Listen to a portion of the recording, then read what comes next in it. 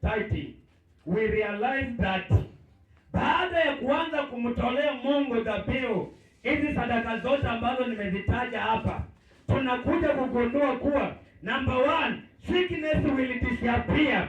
Utakapoanza kumtolea Mungu kwa uaminifu, magonjwa yataondoka katika nyumba yako. Manake Mungu anajua vizuri, nikiachilia haya magonjwa, huyu mtu lazima atoe rent, huyu mtu lazima atoe fungu la 10, huyu mtu ameagiza mikate. Lakini wakati utakuwa mgumu kwa masano, kwa chemistry, mikate ina imebaki hapo. Bwana Yesu asifiwe.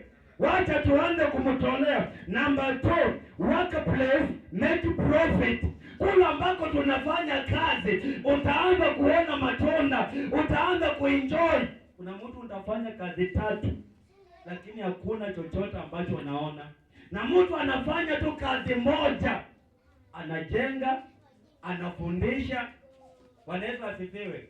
Kuna jamaa huko Rwaraka anaendeshanga pikipiki kama ya Pastor Samuel, analipia pikipiki 400.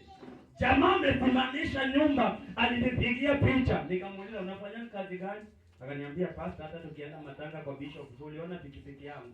Amesimamisha nyumba bungalow, mnanganga mrie bwana, bungalow 5 bedroom. Nikamuuliza mbona hii yote huko ushaka? Akaniambia walitucheka mimi na mama yangu, ninasimamisha hii nyumba ndio wachawi na wenye wivu waone wivu mpaka wakufe. Wakati utaanza kumtolea Mungu, utaweka tu kibanda hapo na nyumbani ungesimamisha bungalow. Bwana Yesu asifiwe. Hata tuseme amen. Bwana Yesu asifiwe.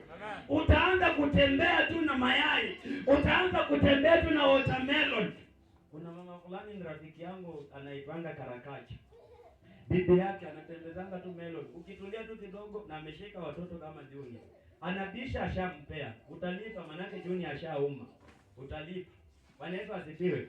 Ameuza melon mpaka amenunua shamba huko Cherengani ama sijui ni wapi.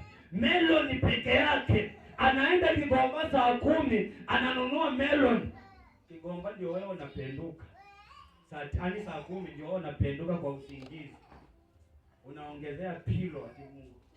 Wacha mgongo ikuume kabisa. Nairobi hatujakuja kukaa. Bwana Yesu asifiwe. Wewe enda utafute chochote weka hapo. Inenee baraka. Hata kama ni uji, enda Kisii leta miwa weka hapo. Uinenee baraka. Uitolee tabia uone kama watu hawatanunua miwa yako. Number 3. Your debt got paid. Madeni yako yatalipwa. Kuna mtu unatembea kila sehemu madeni, kwa mboga madeni, kwa duka madeni. Hebu jaribu uanze kumtolea Mungu. Na sikuambii, kuna mtu aliniambia tu uende uchukue, uko na deni ya 10,000. Ati uende uchukue 1,000. Uletee Mungu. Ati Mungu akulipie madeni yako. Ulikopesha Mungu? Hapana. Kama sijasema utoe 10% ya madeni yako. Kama umeamua unamtolea Mungu 200, letea Mungu na waambie Mungu hii 200 inisaidie ufungue milango nilipe madeni yangu. 800 uanze kupunguza hiyo 10,000. Wewe unatoa 1,000 badala ulipe hiyo 1,000 ibaki 9,000. Chanukeni kwa usingizi. Bwana Yesu asifiwe. Wengine paka mnatoa dhabihu online.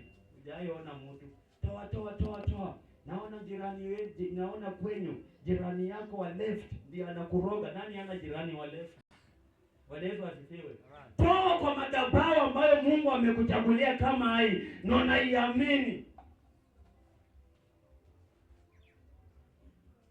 Alafu another point, you will receive more blessing. Utapokea baraka tele. The last point ambapo tunafunga nayo, mtu atanifungulia Exodus chapter number 15:9. Hiyo verse naipenda sana. Na wakati ambapo nilikuwa natembea nimesikia Andrea kitaja jambo pale. Tulikuwa tunatembeleana, nikaenda kwa kanisa lao, nilipata hapo hiyo verse. Ushaijua kuna hii Biblia yako hii kuna verse hujaiziona na ziko tu.